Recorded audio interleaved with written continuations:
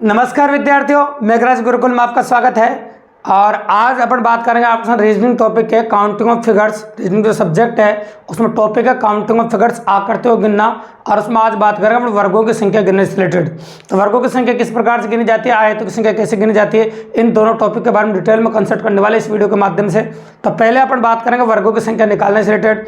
तो एग्जाम में वर्गों की संख्या कैसे पूछता है, किस प्रकार से पूछता है, और आप कैसे कैसे क्वेश्चन कर सकते हो, और क्या आ चुका है एग्जाम के अंदर, क्या आने वाला है, इन सब के बारे में डिटेल में चर्चा अपन करने वाले हैं। तो चलो शुरू करते हैं अपन वर्गों की संख्या ज्ञात करने से। तो वर्गों की संख्या ज्ञात करने से रिलेटेड 3 तरह के क्वेश्चन पूछ जाते हैं एग्जाम में, और तीनों तरह के क्वेश्चनों के बारे में बात कर लेंगे। लेकिन एक बात आपको पहले बता दें, अगर हम वर्गों की संख्या निकाल रहे हैं, एक बात विशेष तौर से ध्यान रखें, वर्ग के बारे में पता होना चाहिए। वर्ग किसे कहते हैं? जिसकी चारों भुजाएं आपस में बराबर हो और प्रत्येक कोण 90 डिग्री का हो।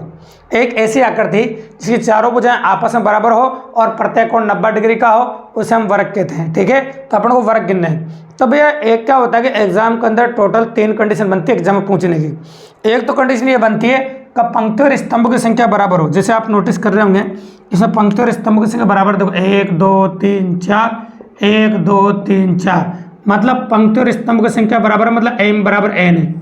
मतलब ऐसा कई बार एग्जाम में होता है जिसमें पंक्तियों की संख्या स्तंभों की संख्या के बराबर होता है, मतलब इसमें 4 पंक्तियां 4 स्तंभ है, ऐसा होता है आपके सामने। एक पहली स्थिति ये होती है। दूसरी स्थिति एग्जाम पूछने की होती है जब पंक्ति और स्तंभ की संख्या अलग अलग हो, जैसे ऐसे इस प्रकार से। ये देखो, इसमें स्तंभों की संख्या 9 है और पंक्तियों की संख्या 3 है। तो इसमें कहते हैं m not equal to n, मतलब पंक्तियों की संख्या स्तंभ की संख्या बराबर नहीं है, तब भी वर्गों की संख्या आपसे पूछता है। ये दूसरा तरीका है। और तीसरा तरीका है कि इनमें से एक क्वेश्चन आता है, चाहे वो पंक्ति और स्तंभ की संख्या बराबर हो चाहे अलग अलग हो। जैसे इसमें अलग अलग है, आप नोटिस कर रहे हो तो अलग अलग ही है। देखो गौर से देखिए आप, 1 2 3 4, 1 2 3, तो 4 स्तंभ 3 पंक्तियां इसमें है ना, अलग अलग है। लेकिन क्या होता है कि एग्जाम के अंदर इसको यहाँ से काट देता है, कहीं से भी किसी को ब्रेक कर देता है, और ब्रेक करने के बाद फिर पूछता है वर्गों की संख्या बताए, जैसे इसमें यहाँ ब्रेक कर रखा है। इस प्रकार का प्रश्न आपसे बताया जाएगा, काफ़ी मजेदार है। तो ऐसे 3 तरह के प्रश्न एग्जाम पूछ जाते हैं, कहीं से ब्रेक कर देता है ताकि वर्गों की संख्या कम हो जाए। तरीका वही इस्तेमाल करेंगे अपन, लेकिन एक बात याद रखिएगा, वो जितने वर्ग बन रहे थे उसकी वजह से जो काटने की वजह से कम हुए हैं उनको माइनस कर देंगे, सिंपल सी बात है। चलो शुरू करते हैं पहले क्वेश्चन से। तो इन तीनों का अगर तरीके आप ध्यान में रखते हैं तो क्वेश्चन को मात्र 5 सेकंड में कर पाएंगे।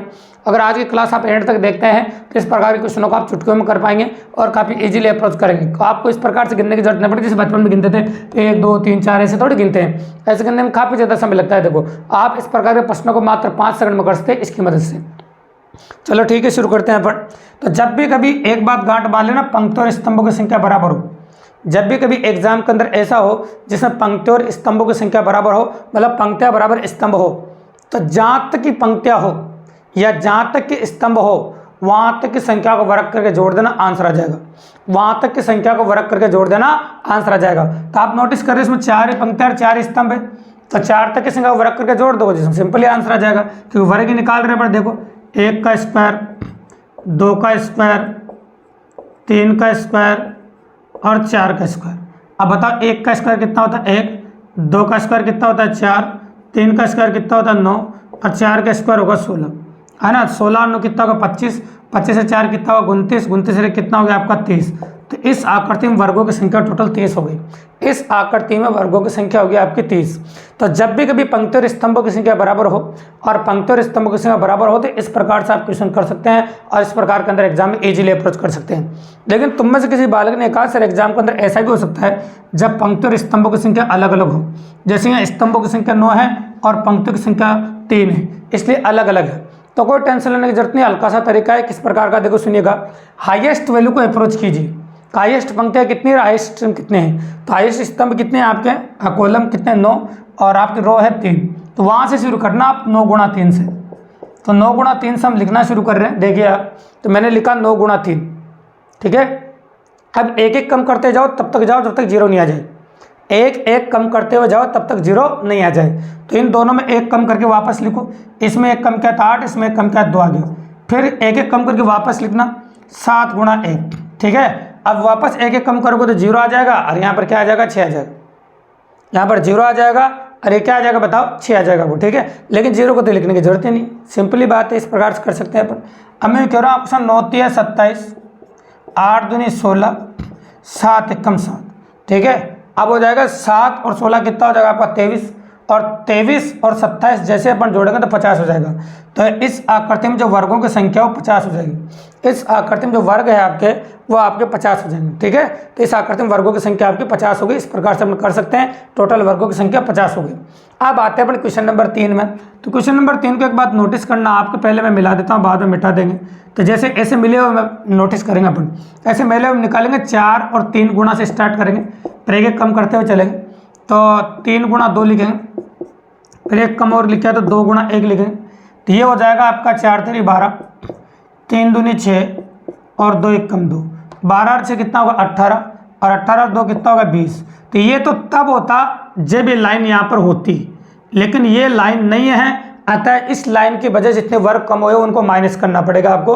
तो ये लाइन नहीं है, इस वजह से कौन कौन से वर्ग कम हुए, तो एक बात याद रखना, एक तो ये वाला वर्ग कम हो गया, एक ये वाला वर्ग कम हो गया। तो 2 वर्ग तो आपको नोटिस करें, ये दिख रहा होगा, ये वर्ग कम हो गया। एक आपका ये वाला वर्ग बनता ये 4, क्योंकि आप जानते हैं वर्ग बनता है या तो 4 डिब्बों से या 1 डिब्बों से, या फिर आप कह सकते हो वर्ग आपका 9 डिब्बों से बन सकता है ना।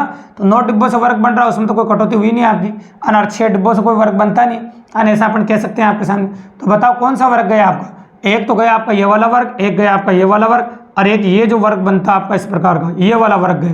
तो 3 तो वर्ग इस प्रकार के चले गए आपके, आना जो सिंपली वेरिएंट है और काफ़ी इजीली अपन कर रहे हैं। अब देखिए, अब एक वर्ग तो आपका ये वाला तो एकदम क्लियरली बनी रहा है, इसकी वजह से कोई टूट ही नहीं रहा है, और कहीं भी टूटा ही नहीं, इसका मतलब 3 वर्ग चले गए आपके। तो 3 वर्ग गए तो 3 माइनस कर दीजिए, अतः अपन कह सकते हैं इस आकृति में जो वर्गों की संख्या वो 17 हो जाएगी। इस आकृति में जो वर्गों की संख्या कितनी हो जाएगी आपकी 17। इस प्रकार से इन 3 तरह के क्वेश्चन वर्गों की संख्या निकालने से रिलेटेड होते हैं एग्जाम में, तो इस प्रकार से अपन पॉसिबल कर सकते हैं और काफ़ी इजीली अप्रोच हो जाएगा। ठीक है, चलो दूसरा पार्ट है आयतों की संख्या निकालते हैं। तो आयतों की संख्या किस प्रकार से निकाले जाते हैं उसके बारे में बात कर लेते हैं। तो आयतों की संख्या निकालने का तो बिल्कुल सिंपल तरीका, चाहे पंक्ति और स्तंभ की संख्या बराबर हो, चाहे पंक्ति और स्तंभ की संख्या अलग अलग हो, उस बात से कोई फर्क नहीं पड़ता। पंक्ति और स्तंभ की संख्या बराबर हो चाहे अलग अलग हो, तरीका एक रहेगा क्वेश्चन करने का, बिल्कुल आसान तरीका है। क्योंकि आयत तो आप जानते हैं जिसकी आमने सामने की भुजाएं आपस में बराबर होती है और प्रत्येक कोण 90 डिग्री का होता है। इसकी आमने सामने की भुजाएं आपस में बराबर होती है और प्रत्येक कोण कितना डिग्री का होता है 90 डिग्री का होता है, उसे हम आयत कहते हैं। ठीक है, इस प्रकार से। अब देखिए आप, तो जल्दी करने का तरीका देखिए आप, इसमें क्या गिनती को जोड़ते हैं जहाँ तक होती है। तो 1 2 और 3 को जोड़ा तो कितना है 6, यहाँ भी 1 2 3 को जोड़ा तो कितना है 6, और जितना जितना है उनको गुणा कर दीजिए उतना आपका आंसर आ जाएगा। तो इस आकृति में जो आयतों की संख्या वो 36 होगी। इस आकृति में जो आयतों की संख्या होगी वो कितनी हो जाएगी 36 हो जाएगी। इसी प्रकार से इधर की गिनती जोड़ दो क्वेश्चन नंबर 2 में, इधर गिनती जोड़ते हैं 15 आ जाएगा और इधर की गिनती जोड़ते हैं आपका 6 आ जाएगा। तो 15 25 75, 15 6 90 हो जाएगा आपका, है ना। तो कह सकते हो 15 गुणा 6 तो 90। तो बताइए इसमें आयतों की संख्या कितनी हो जाएगी आपकी 90 हो जाएगी। तो इस आकृति में आयतों की संख्या होगी आपकी 90, जो काफ़ी इजीली निकाल दी। तो आप पंक्ति और स्तंभ की संख्या अलग अलग हो चाहे एक ही हो, इस बात पर आयतों की संख्या पर कोई फर्क नहीं पड़ता है। तो आप सब तरह से एक ही तरीका का इस्तेमाल करते हुए आयतों की संख्या गिन सकते हैं। जैसे वर्गों की संख्या में एक आध जगह तोड़ा था, ऐसा आप तोड़ भी सकते हैं और उसकी वजह से जो आयत नहीं बन रहा उसको हटा सकते हैं और उसको माइनस कर सकते हैं, कोई बड़ी बात नहीं। तो काफ़ी इजीली हो जाता है। तरीका ये इस्तेमाल करें, पहले इससे करो, क्योंकि अगर 1 2 3 ऐसे गिनती गिनोगे तो 90 आयत गिनना इम्पॉसिबल सी बात है और काफ़ी मुश्किल हो जाएगा एग्जाम के अंदर आपको, because you prepared only for option dependent exam और काफ़ी कम समय में आपको करना है, तो इतना ज़्यादा आप वेरिएंट नहीं कर सकते। एक क्वेश्चन अपन लास्ट लेते हैं, तो हम त्रिभुज की संख्या गिनने से रिलेटेड बातें कर चुके हैं इससे 2 वीडियो में, और इस वीडियो में आयत और वर्ग की संख्या गिनने से रिलेटेड बात कर चुके हैं। लेकिन एग्जाम के अंदर कई बार ऐसे क्वेश्चन भी आते हैं जिसमें लाइनें गिनवाता है। जैसा भाई राजस्थान में एक एग्जाम होता है कंप्यूटर अनुदेशक और कंप्यूटर इंस्ट्रक्टर, उसमें आया था एक लाइनों की संख्या गिनने से रिलेटेड कि लाइनों की संख्या बताइए कितनी लाइनों की संख्या है इसमें। तो बिल्कुल सिंपल क्वेश्चन था, लाइनों की संख्या बतानी थी आपको। तो एक लाइन तो ये हो गई, 2 3 लाइनें ऐसे गिननी जो सीधी होना चाहिए, कहीं ब्रेक नहीं होना चाहिए। ये तीसरी लाइन हो गई आपकी पूरी, ये चौथी लाइन हो गई पूरी, 5वीं लाइन हो गई आपकी, ये 6ठी लाइन हो गई, ये 7वीं लाइन हो गई आपकी इस प्रकार से, और आपकी ये 8वीं लाइन होगी और ये आपकी 9वीं लाइन होगी। ठीक है, तो टोटल कितनी लाइन होगी बताइए, जोड़िए आप। एक और लाइन है, जैसे यहाँ पर अपन बात कर रहे हैं पूरी एक ही लाइन है, तो इसकी बात कर ले एक, अरे एक लाइन ये गिन लिया अपन। ठीक है, तो ये पूरी लाइन थी आपकी इस प्रकार से। तब फिर गिन लीजिए, 1 है, 2 है, 3 थी हो गई, और 3 और 3 6 हो गई, और कितनी 7, 8, 9 और 10 चिन्ह हो गए टोटल। तो इस आकृति में लाइनों की संख्या 10 हो गई। एग्जाम में भी 10 ही आंसर था, तो इस आकृति में लाइनों की संख्या 10 हो गई, मतलब 10 लाइनें थी। ठीक है, इस प्रकार से लाइनें भी गिनवा सकते हैं एग्जाम वाला और आप इजीली कर सकते हैं। ठीक है, इस प्रकार से जो काउंटिंग ऑफ फिगर्स है आकृतियों गिनने से रिलेटेड वर्गों की संख्या गिन सकते हो, आयतों की संख्या गिन सकते हो और लाइनों की संख्या गिन सकते हो। और इससे पहले जो 2 वीडियो में डाल चुका हूँ आपके लिए, उससे माध्यम से आप त्रिभुजों की संख्या भी गिन सकते हो। अगर ये तीनों वीडियो आप अच्छे से देख लेते हैं तो मेरी गारंटी है काउंटिंग ऑफ फिगर से रिलेटेड कोई भी क्वेश्चन अगर रीजनिंग में आता है तो कभी गलत नहीं होगा दोस्तों। अगर वास्तव में वीडियो पसंद आए और कभी मजेदार लगा हो तो चैनल को सब्सक्राइब कर दीजिए दोस्तों, लाइक कर दीजिए, शेयर कर दीजिए और अपने और दोस्तों को बताएं ताकि free of cost math reasoning पढ़ सके मेरे चैनल के माध्यम से दोस्तों। धन्यवाद।